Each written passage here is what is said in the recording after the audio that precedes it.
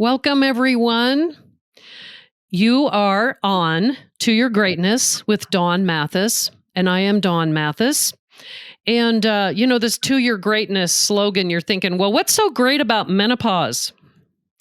Well, I don't know. Quite frankly, although I do know that any time in our lives when we have some kind of a challenge or some kind of a circumstance, there's always something to learn. There's always a silver lining in a gray cloud, and you've heard me speak to that on numerous podcasts. So this time is no different. And yes, we are talking about the M word again. The menopause one, not the other M one. But anyway, so I'm thrilled to have this wonderful speaker, businesswoman from Ireland. I have Irish roots. We were just talking about that before we started the podcast, and so it's exciting to have someone from my roots. So her name is Breeda Bermingham. And like I said, she's Irish. She's from Ireland. And she is a menopause coach, a social entrepreneur. She's the founder of the Midlife Women Rock Project and Cafes, which she started in 2019. She's a psychology and sociology graduate and a mom of 4, working with women transitioning through different life stages in menopause while doing all that. So she says that the goal is not to get women like us back to our old selves, but to assist us in finding the new woman within. A woman who is stronger, more powerful, in control of her hormones. Oh, I can't wait to talk about that. More creative and self-aware. In 2018, as her children, 4 of them, moved on in life, she went back to school to complete her psychology degree, researching midlife women, which is the most under-researched and invisible group in academia. Breeda, welcome to the podcast. So glad you could join us. I know it's a bit late there in Ireland, isn't it? It's 9:30 p.m. at night here. I'm just actually off the tennis court. I normally play tennis on a Monday night between 8 and 9 p.m. with 7 other women. And so I'm literally in the door here 15 minutes. But it's a beautiful evening here, actually. It's very dry. It's about 6 degrees, but very fresh. So lovely to be here, Dawn. Wow. Wonderful. Well, I'm glad you still got to do your tennis before jumping on with us. So thank you. I'm usually in bed by 8 p.m. because that's just me. My brain wakes me up at 3 a.m. So thank you so much for joining us. I just before we get started, I just wanted to bring about that I just found out that you have a book that was just published. Is that right? That's correct, yeah. The end of October, actually, it was International Women's Day. I published and launched the book, and the title of the book is Midlife Women Rock, a menopause story for a new generation. And I wrote it following the completion of a master's in social science in 2020, whereby I interviewed 20 women here in Ireland in depth on their experiences and understandings of menopause. So it emerged from that, along with I working with women individually and in groups, let's say, since 2019. Wow. So it was very interesting. When the book was launched, it reached the Amazon bestseller list on the week that it was launched, the Kindle edition. And it's been very well received in Ireland because it's the first research-backed book on menopause that has been published this century in Ireland. I'm very proud of the book. I'm just delighted I managed to write it, and it's my COVID legacy because I actually wrote it during the lockdowns here. Wow. Well, that's great. And on previous episodes, we've talked a little bit about COVID and lockdown and what comes out of COVID or what has emerged or birthed from different people and their minds during this time. So, wow, just another example of something wonderful that came out of something not so great. So Midlife Women Rock, a menopause story for a new generation. Yes, correct. That sounds like a very interesting book. I'm going to have to get a copy of that. Okay, so I just have a few questions for you here, Breeda. Just wondering how this passion for helping women in midlife and in menopause, how did that come about for you? Well, it's very interesting, Dawn, because back in 2015, I returned to full-time education when my youngest was, I think, going on 11. And I always wanted to study psychology. So I went back and started a degree in psychology. I never in my wildest dreams thought I'd end up working, in menopause or with menopausal women. But in the final year, I started to review the research around midlife women. And as you mentioned, midlife women are one of the most under-researched cohort inside there in academia. And menopause is a huge part of our midlife journey. So in a former life, I was a midwife and a community health visitor. So Oh, wow. I've been working, Dawn, with women all my life, my working life. And when I was reviewing the research around menopause, something just didn't resonate with me. My own life experience working with women is that, when women face challenges, once they're provided with the right education, information, and supports, there is an awful lot that happens to us in life that we can overcome.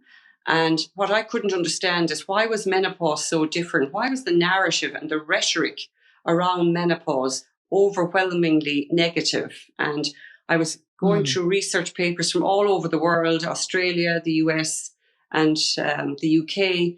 And this negative story was just emerging, and it was very, very strong. And that was the question I asked, like, why was menopause any different to anything else that happens to us women across the lifespan? And that's where I started. So that was the question. So from there, then I became, as I say, a menopause detective, because what I didn't realize, Dawn, at the time is I was perimenopausal.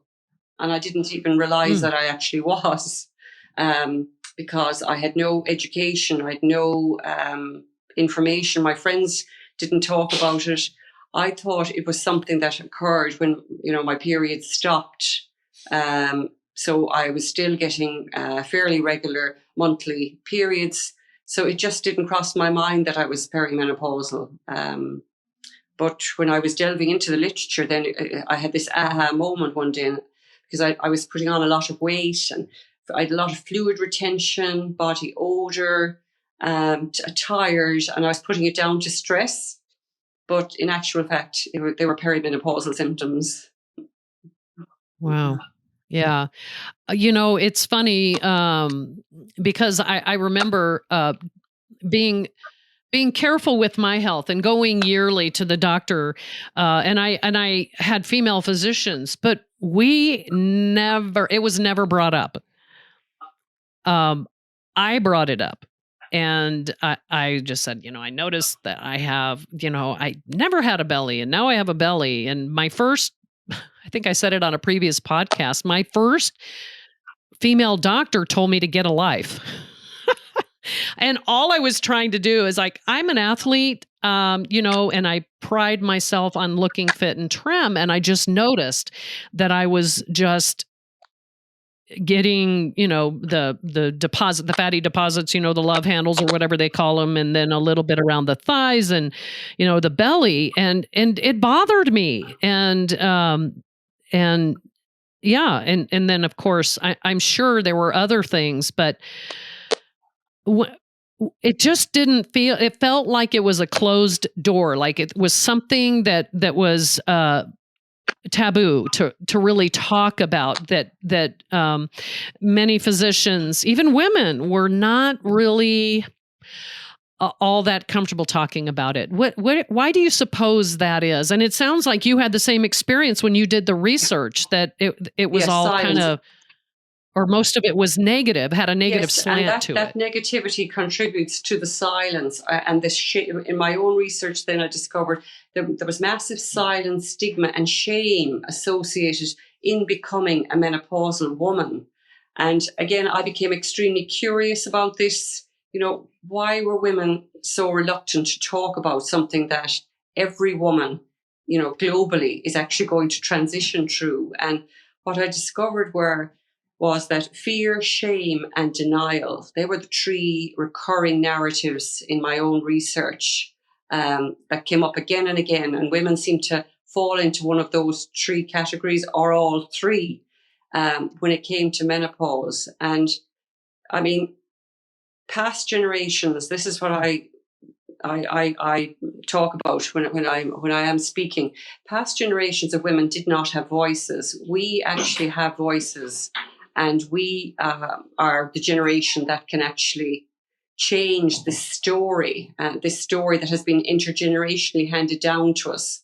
And how we're going to change it is with more and more of us having the courage to talk about it, because that is the key to breaking the taboo, is removing the silence.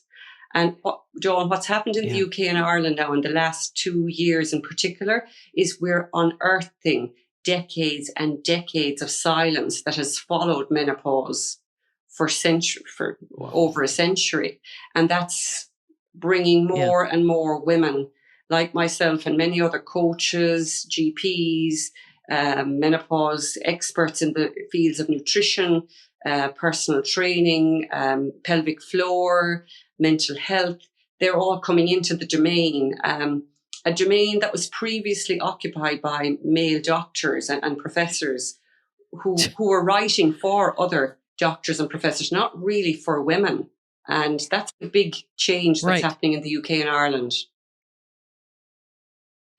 Well, yeah, it kind of slays me how the opposite sex can be writing as experts on something they never go through.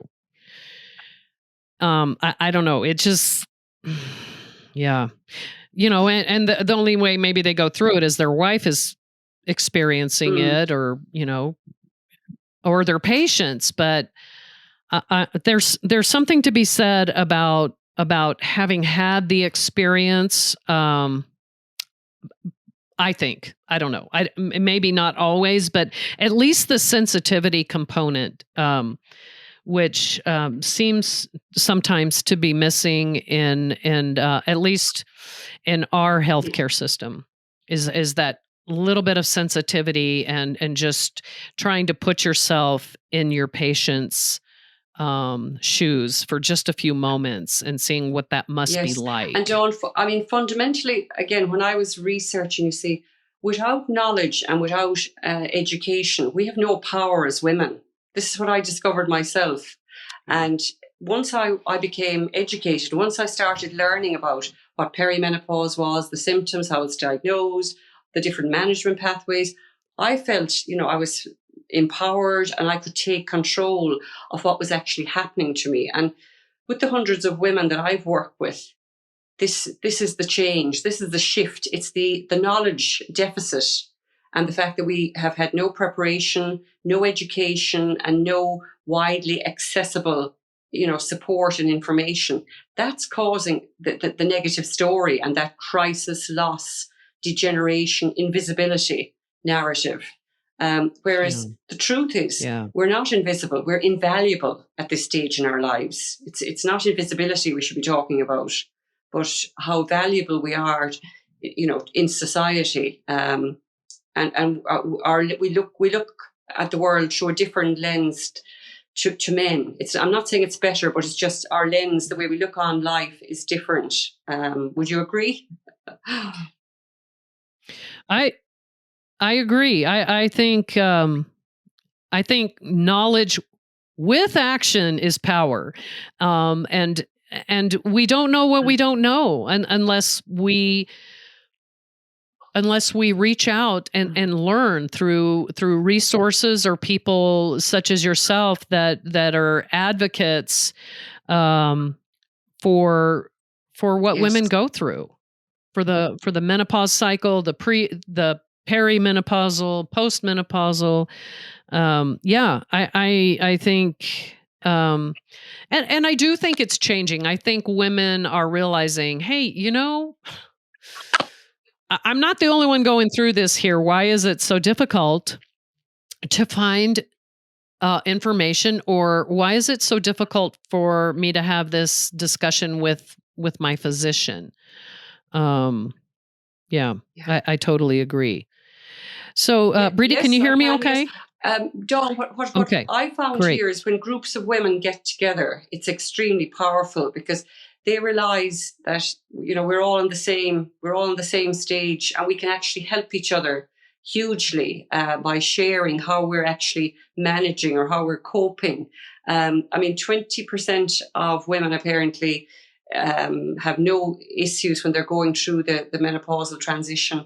Another 20 to 25% have severe or debilitating symptoms that warrants medical supervision for a while, and then the remainder, they have symptoms, but they're proactively finding whatever what best suits the management pathway, be it hormone replacement, be it nutrition, be it lifestyle changes, be it supplements. So there's lots of avenues. That's what I like about it, is that there are different avenues, but it's about finding the correct avenue for you, because we're all individual. That's why it's a little bit complicated and complex. No two women are going to present with the same set of symptoms when it comes to menopause, and no two women are going to decide, oh, this is the route for me. So there's no template, and that's why it's a little bit complex. Yeah. So, how when you started your business, I was curious. Did you just start because you were passionate about learning and doing the research, and that was somehow tied with your education, and from there you grew the passion to speak to and to coach women in menopause and how to deal with menopause? Yes, let's say when I completed my degree in psychology, I got a place then with Social Entrepreneurs Ireland. They're a network here, and they had this Ideas Academy, and I applied to the academy because they were looking for people with ideas that would change Ireland. And my idea was about opening the conversation around menopause. I believed that was back in 2019, if we could bring it into the public domain, we could ensure that all women were going to be supported. And so I went to Social Entrepreneurs Ireland. I had this idea to set up a cafe because I'd seen the power of breastfeeding support groups and mother and toddler groups when mothers actually came together. And collaborated, in group settings. So I had this idea of, let's try this with women who were navigating their menopause journey. So I set up the first Midlife Women Rock Cafe in June 2019, and we ran the cafes monthly for 6 months until COVID-19 struck in March 2020.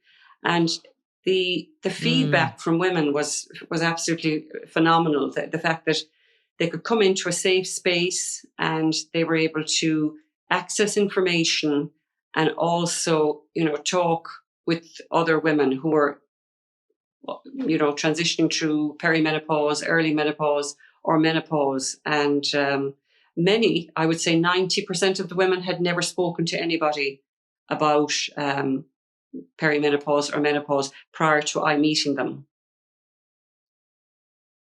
Wow. So What for you, what are the main messages you want women in midlife going through menopause, doing all that? What would be the main messages you'd want Okay, I them to think the know? first, again, it's my own background in psychology. It's the mindset.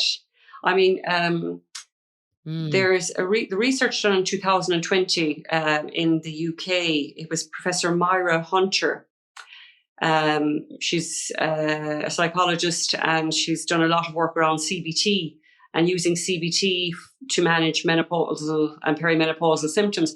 But she did a survey and she interviewed women, and she looked at those that arrived into perimenopause who are neutral, who had no opinion on how they were going to experience menopause, versus those women who came in who were expecting it to be extremely negative and who were very fearful. And what she discovered was, in following these women as they moved through perimenopause, those who were fearful and expected it to be a really negative experience had a lot more symptoms than those who came in, with mm, a neutral belief system around what was happening. Now, I myself personally, I meet a lot of women in crisis, panic attacks, high levels of anxiety. They're right in the middle of perimenopause, and they've had nobody actually supporting them or actually helping them realize this is perimenopause. You need to slow down. You need to consider maybe HRT or supplements, but and realize that you are in perimenopause. This is where you are at the moment. But that's where the education deficit is. If women were prepared and they knew what to expect, I think it would alleviate a lot of unnecessary suffering. And that's what we're seeing here with the conversation opening up. I mean, the media in the last 8 or 9 months in Ireland have been wonderful. Every month there's something about menopause in the newspapers now here. And in the wow, UK, that's great. it makes front page coverage on the Guardian every few months. The menopause does. And the big leap there, Dawn, in the UK is that they had celebrities, first of all, back in 2020 come on board, Mm, and now they have politicians. And the politicians, Caroline Harris and Caroline Noakes, two MPs, they've set up a menopause women's health task force in 2021. And they're looking at how best to help women, especially in the workplace. yeah, that's amazing. I think that's a great idea to have celebrities and politicians. I know with ED in the United States, erectile dysfunction. I've seen. It just seems the last several years that's getting a ton more attention, and having known people that actually get on there and say, "Hey, listen, most of us have this thing. It's not a big deal. We just need to fix it and just go get it fixed, and here's where you go," that kind of thing.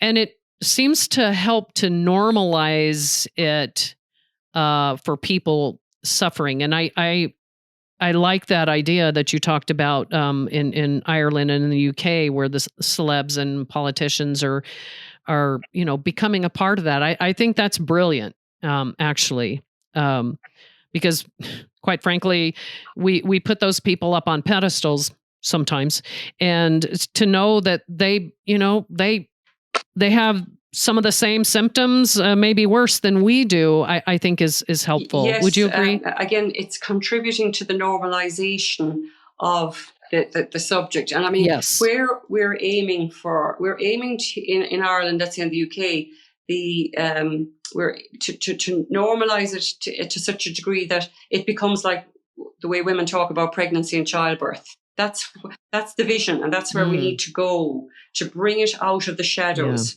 Take it out of the bottom of Pandora's box where it has been shunted to for such a long time. And there's no Absolutely. reason to keep it in the shadows, because that is contributing to the Right. symptomology. And Yes.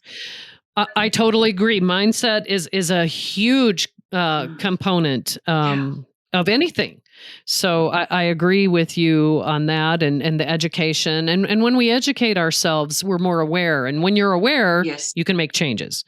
Um, so, what would you say might be for some of the listeners here that want to say, "Yeah, well, I'm out of control. Not my hot flashes are out of control. My moods are crazy."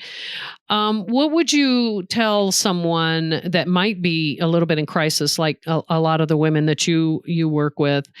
What can they do initially just to take back some control and help Yeah. reframe this Yeah. menopause Yeah. uh, Um, Yeah, giant in absolutely. their I life? mean, yeah, knowledge is huge power when, in particular, when it comes to perimenopause and menopause. So the first thing I would say is, let's say, go to a library and see if you can get access to some information on menopause, preferably something that was written in the Mhm. last maybe 2 to 3 years, because in the UK there's been quite a number of books again, and once you get access to a book, that will lead you to a website or to their social media. So a book that was written in the last 2 to 3 years, and to have, first of all, start by reading that. Number two, if you are going to visit your doctor, make sure you bring a symptom checker with you.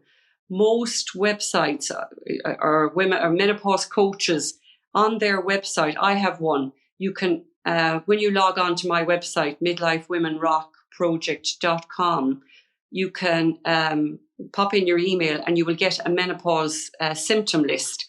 You take that along to your GP or your doctor, and you explain, these are the symptoms I have, and that opens the conversation, makes it Mhm. easier. So in that respect, the doctor can say to you, oh, you're not in perimenopause or you're not in menopause. And this is what we found here when GPs were very reluctant to say you're actually perimenopausal. What has started is that women are saying, excuse me, but like, I'm meeting the criteria. I'm only 43, but I know I'm perimenopausal. And so there's been a lot of advocacy here and women finding agency around this time in life, which is very interesting to observe. So a book, Mhm. symptom checker, a reputable website, and that's where you start. And then if you've got friends or colleagues that may be open to talking about it, you'd be amazed what you learn from each other. Because I've seen that when groups of women get together, they can be so helpful to one another Mhm. when it comes to this transition. And just to realize that one big That's tip I great. always say to women is, to depersonalize. This menopause is like you're traveling over this bridge. The bridge is very shaky and rocky, but you will get over the bridge. You are going to get over Mm. that bridge. Yeah. I love that. You get Yes. to the other side. And Dawn, when you get to the other side, right? Once you invest in yourself and go on that journey, because the journey can take between 5 and 10 years as we're moving through this highly Mm. significant transition. You see, it's something that has been trivialized as something just, it's hormonal only. But there's a lot more happening than just hormones. There's emotional and psychological changes happening to us women as we're moving through this stage.